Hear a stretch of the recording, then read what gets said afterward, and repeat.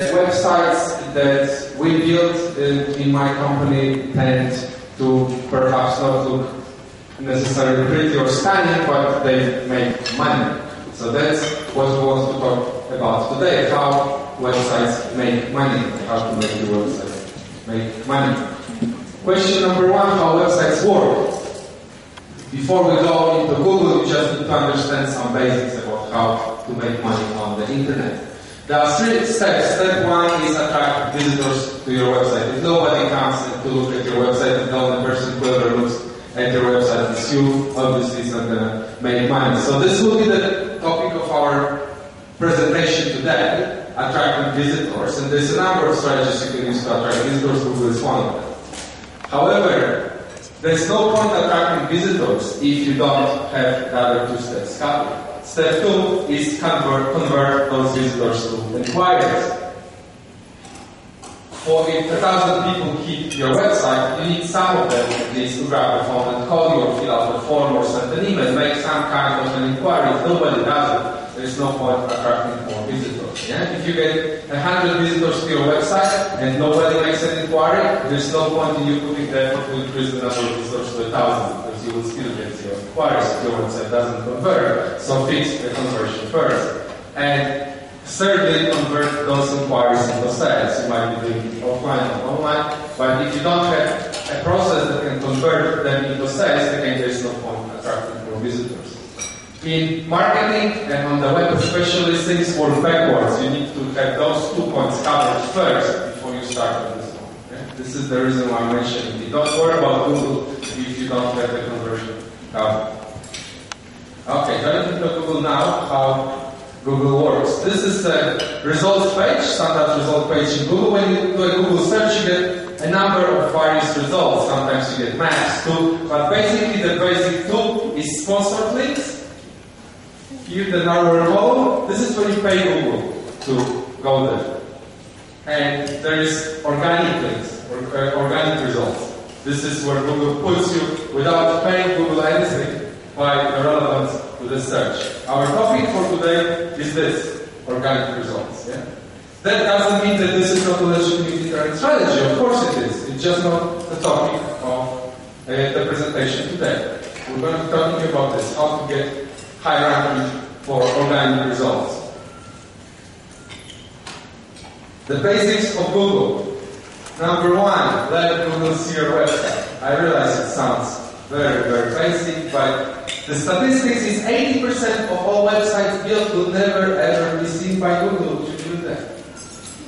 Obviously, most websites built are DIYs and built by school kids and done on the cheap. But still, the statistics is staggering. 80% of sites are never seen by Google. Number 2, submit to the index. Google is, or all search engines are index-based directories. When you do a search in Google, at the time of your search, Google doesn't go all over the internet to search for your price. Because the search results will take hours or seconds. Yeah? It searches its internal library. So obviously, if you want to come up in those searches, you need to be in this index. Yeah? There is a difference between what's on the index and what's on the internet. Number 3, ensure content visibility. There is a difference between what a human eye can see and what the spider can see. And sometimes you might see a stunning website and really beautiful content, but you can't see any of it. The general rule is the prettier you make your website, the more fancy the font or some cosmetics about how the content is displayed, the less likely it is to be seen by Google, and the less likely it is to actually make money for you. And number 4, search engine friendly navigation. Not all navigation can be followed by Google. If you want the Google spider to visit all the pages on your website, to index all the pages, you need to ensure that you have navigation that can be followed by Google. Or if you prefer to use some fancy navigation in Flash, with nice drop-downs and so on, have secondary navigation in the footer or somewhere else that Google can follow. Yeah? So these are the 4 basics. Now we're going to cover some do's and don'ts. These are the do's. Number 1, define the keywords for the customer you want to attract. You wouldn't believe how few people actually do that. A As an example, I had a prospective client calling who said, I had a website for 2 years now. Now I'm a plumber by trade, and the website never generated an inquiry. And when I do a search for plumber Melbourne, I don't come up anywhere. So I looked at this website and I asked him, where is the keyword Melbourne on the website? Where did you put Melbourne? It wasn't present. So obviously if you don't put the geographical word Melbourne, you can come up for Melbourne. So he has not defined the keyword phrase for which he wanted to come up, and the result is that he does not come up. And most people don't define the keywords. The keyword should also be targeted towards the customer you want to attract. Because I assume there will be plenty of customers who don't want to attract, so make sure you define your keywords for the customer you do want. Narrow it down. It might be, in our plumber's example, it might be very expensive to achieve good ranking for plumber Melbourne, while it might be cheap and easy to achieve ranking for plumber Pakenham. So perhaps you can narrow it down, especially if you're working in a narrower geographical market. And number 3, test and measure. If plumber Pakenham doesn't work, test, change it to plumber Berwick or whatever, and keep testing and measuring until you hit something that works. So these are the basic do's. And now to the don'ts. Don't assume human visitors will read your wording content. This is a very common mistake. A lot of people spend money on marketing experts to write magnificent wording content, emotional for the human visitor. There's only one person in the whole wide world that will read every word on your website, and that person is you. Nobody else will bother. People only look at pictures. The wording content of your website is for the Google Spider. It should be keyword rich. Don't worry about the human visitor. Don't forget geographical keywords, like our plumber friends. If he forgot about birds, he's not coming back for more. Don't use generic heading. And every second website you visit, I'm sure you see there's a heading called services. Right? Why would you want to come up in Google for searches for services? If you are, say, Michael Key is a financial planner, you should have a heading for financial planning services rather than just services. So he comes up in Google for financial planning rather than just services. Why would you want to rank for services? And don't use search engine spamming techniques such as invisible text. You will get banned from Google for life, and there is no appeal from this judgment. Okay, these are some basics on what determines your ranking. If we do a search for financial planner, what determines, we get a million results, what determines whether you are number 1 or number 1 million. And it will make a difference in your business. The first one is relevance. Relevance to the search. Okay, so if we do, let's pick another example from our members. Lisa, the bookkeeper, right? Lisa would like to come up for bookkeeping services, Berwick, for example. Yeah? So if we do a search for bookkeeping services, Berwick, first of all, keyword visibility. Do we actually have those keywords, bookkeeping and services in Berwick, on Lisa's website, and can they be seen by the spider? Are they visible to the spider? The second one is keyword prominence. Are those keywords in the headings, in titles, in navigation items, in links? They're more prominent than just in plain text. So how prominent they are? Keyword frequency. If Lisa has on her website this phrase, bookkeeping services very repeated 20 times, her ranking will be better than someone who does it once, or other things. Keyword depth. Keyword depth is having the keyword phrase on more than one page. So let's say on her homepage, she goes to bookkeeping services, Berwick, and then she gets a secondary page called bookkeeping services that talks more about bookkeeping services in Berwick. Yeah? So you'll get keyword depth. And keyword proximity to the search. So if the search is for bookkeeping services, Berwick, and Lisa has exactly this phrase, bookkeeping services, Berwick, on her website, she will rank better than her competitor who has the phrase, for example, bookkeeper Berwick, because the proximity to the search is not exactly the same. So this is relevance. And let me show you an example of the website. As you can see, this website is very plain, but it actually works and makes plenty of money. It is an online shop selling minibar supplies to hotels. As you can see, the categories navigation for products is duplicated. There is part of the navigation column, and then it's duplicated here on the homepage with some small pictures. The names of the categories are keyword rich, right? Confectionery biscuits, which is exactly the keywords for which people will be searching. And of course, when you click on the category, you get a listing of products within this category, and the product names are keyword rich as well. And finally, underneath the categories section, you have some keyword rich text, not directed at humans at all. It's just keywords, keywords, keywords. Now, as you can see from the design is very plain, it's tabular, it's black and white, there's nothing fancy about it, it makes no difference. Just an example. So that covers the relevance part. The second factor determining the ranking is popularity. Right? Relevance is relatively easy. Everyone can put on the website whatever they want. So if you are in a competitive field, let's pick another example. Sonia is an accountant. Right? Let's say Sonia wants to come up in searches for accountant Melbourne. That will be a very competitive curve. So there will be thousands of websites that have very good relevance or very good keyword density on their site for this phrase accountant Melbourne. So what determines ranking between them is the second factor, which is popularity or page rank. Basically, popularity is the amount and weight on incoming links. So the more links you have pointing from other sites to your website, the higher your popularity.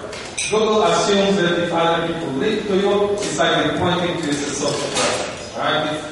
If several thousand websites link to Sonia saying she's the best accountant in Melbourne, well, it says something to Google. It says what so many people will obviously refer to her. So she is popular. Right?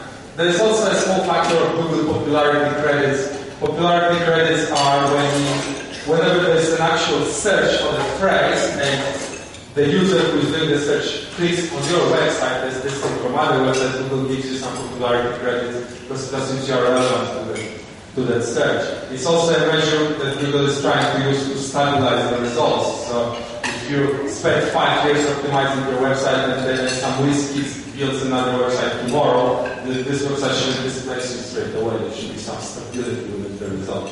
So that's popularity credits. But the main thing is links, and there are some things that you can do to build links on your website if you want your site to be more popular. You can get links from clients and suppliers. You can write articles, publish on forums and blogs, you can advertise in different directories, get links from other sites you control. Many of us have interest in numerous businesses. Reciprocal links no longer work, so forget that. And finally, you can explore positional search engine positioning.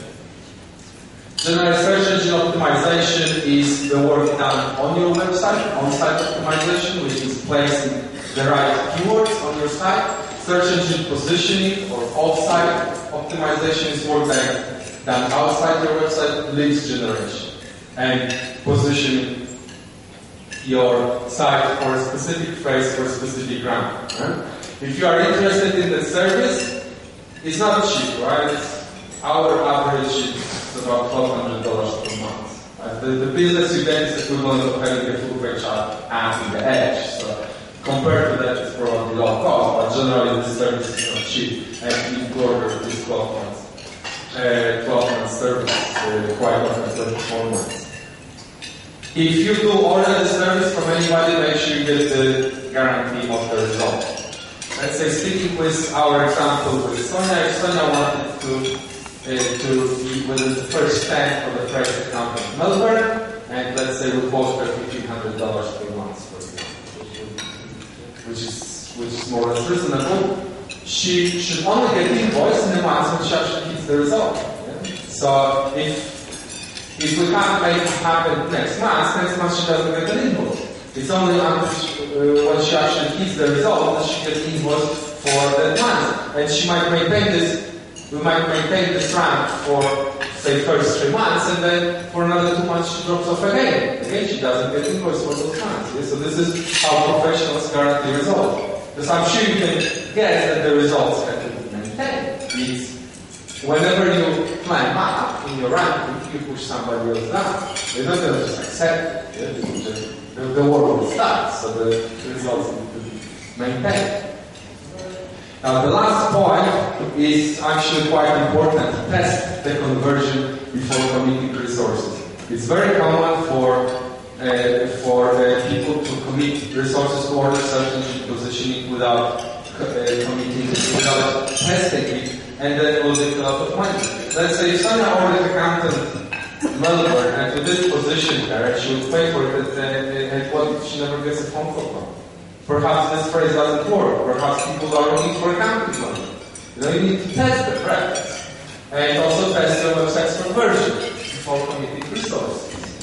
And it happens all the time that people believe, this is the phrase that is going to make money. Well, test it. You can test a phrase with AdWords for a couple of $100. And to make 100% sure, so that you know exactly.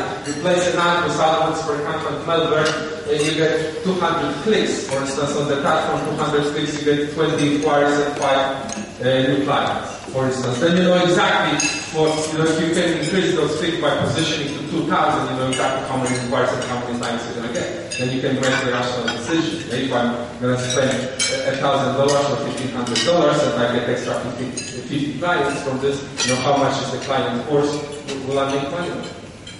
Without this information, your decisions are just nuts.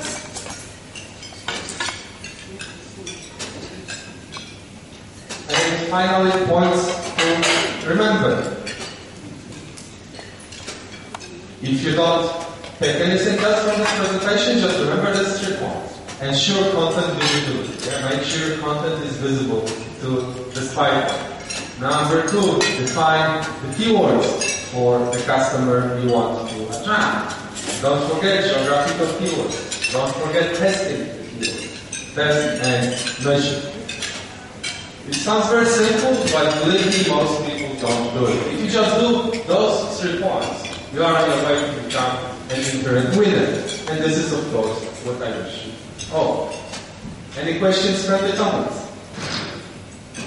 You convinced us to do my website. We don't buy stuff and flyers. That's very nice. Well, thank you very much for listening. And again, if you want,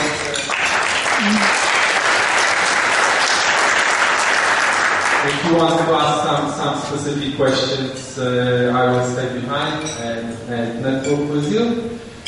And now,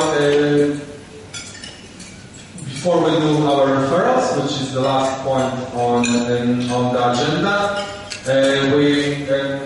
I will ask Paul to organize the draw. Has everyone put